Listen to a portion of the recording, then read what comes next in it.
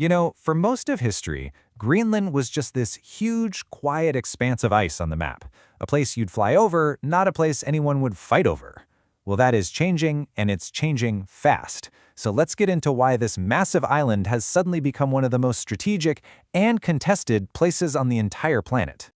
Remember a few years ago when the news broke that the US wanted to buy Greenland? Everybody kind of laughed it off, right? It seemed like a totally bizarre headline. But what if I told you it wasn't a joke at all? It was a clumsy, yeah, but dead serious signal that a new global competition had just kicked off in the open. The real question is, what did they see that the rest of us were missing?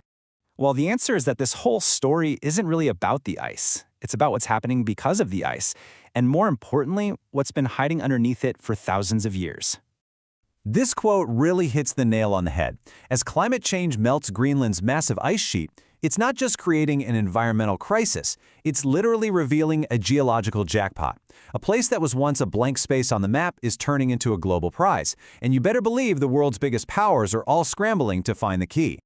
So, let's peel back that first layer and look at the treasure.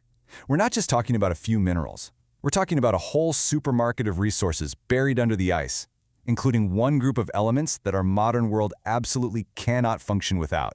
And here they are, rare earth elements, or REEs. Now the name's a little misleading. They aren't all that rare, but they are incredibly difficult and messy to mine and process. And here's the catch. Right now, China has a near monopoly on the global supply. That gives them a huge strategic lever over literally every other country. Greenland?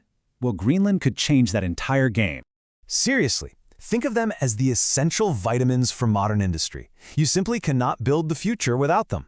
Those powerful magnets in an electric vehicle motor or a giant wind turbine, they need them. The super sophisticated electronics in the phone in your pocket or in an F-35 fighter jet, they depend on them. The bottom line is this: whoever controls the supply of these minerals controls the 21st century economy and its military. Okay, so in Greenland, there are two major prizes in this mineral lottery. On one hand, you have Gvanefjeld. It's enormous, one of the biggest deposits in the world, but it's got a huge PR problem. It also has a lot of uranium. Then you have Tanbreez. It's rich in the really valuable heavy rare earths, and crucially, it's low in uranium. This makes it way more politically palatable. And guess what? In 2024, an American-based firm bought a controlling stake. That's not a coincidence. That is a clear, strategic move. But here's the thing. This story goes way beyond what's in the ground. Greenland's location, where it sits on the globe, is just as valuable as its minerals. For decades, it's been seen as a natural fortress, an unsinkable aircraft carrier dominating the North Atlantic. During the Cold War, military strategists were obsessed with this, the GI-UK gap. It's the naval choke point between Greenland, Iceland, and the UK. Any Russian sub or warship has to pass through here to threaten North America or Europe. And Greenland is the gatekeeper. With Russian naval activity back up to Cold War levels, well, controlling this gap is suddenly a top priority for NATO all over again. And then there's this place. Tucked away in the far northwest is Pituffik Space Base. Now this isn't just some remote airstrip.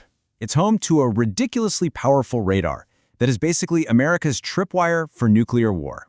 It's the very first place that would detect a ballistic missile launched over the North Pole. Let me be clear. Without Pituffik, the United States is partially blind. It is absolutely 100% irreplaceable. And this is where it all gets kind of paradoxical.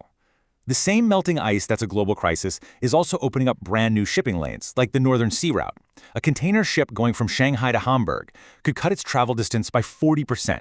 That's huge. And Greenland sits right there, like a toll booth on this emerging polar Silk Road, making it a potential hub for future global trade. So, we've talked about minerals and military bases, but it's easy to forget the human heart of this story. We can't forget the 57,000 Greenlanders, mostly Inuit, who are caught right in the middle of this great power game, facing a choice that will define their entire future. And this number, $600 million, this is the key to understanding their dilemma. It's the annual grant Greenland gets from Denmark, and it makes up more than half of their entire public budget. Their dream is full independence, but to get there, they have to find a way to replace that money.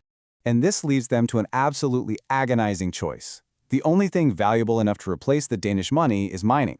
But opening up massive mines threatens the very fishing grounds, the hunting lands, and the pristine nature that is the absolute core of their culture and their identity. It's a classic, heartbreaking battle, wealth versus heritage. This wasn't just a debate. It all came to a head in 2021. The election basically became a referendum on that giant Kufana field mine, and the pro-mining party lost. They lost to the Inuit Atakagit party, which ran on a very simple platform: no uranium. They chose to protect their land, and in doing so, they put the world's second-largest rare earth deposit on ice, showing everyone that in Greenland, the people get the final say. But just because the locals said no to one mine didn't make the rest of the world just go away. With stakes this high, the superpowers are now deep in a complex diplomatic chess match for influence over Greenland. It's a new great game, and this time, it's being played on ice. And what's really fascinating here is the total contrast in strategies. The US is playing defense and integration. Their goal is to block Chinese influence while pulling Greenland closer with aid and security partnerships.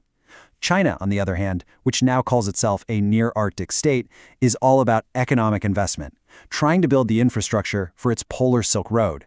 These are two completely different visions for Greenland's future.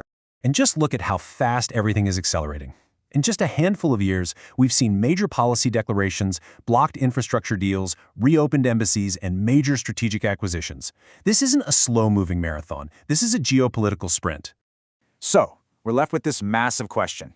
You've got a tiny population sitting on trillions of dollars in resources, in what is now maybe the most strategic location on Earth.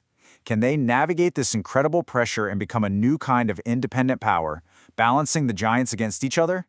Or will this treasure chest, now that it's unlocked, become the world's next great battleground? The future of the Arctic, and maybe a lot more, really hangs in the balance.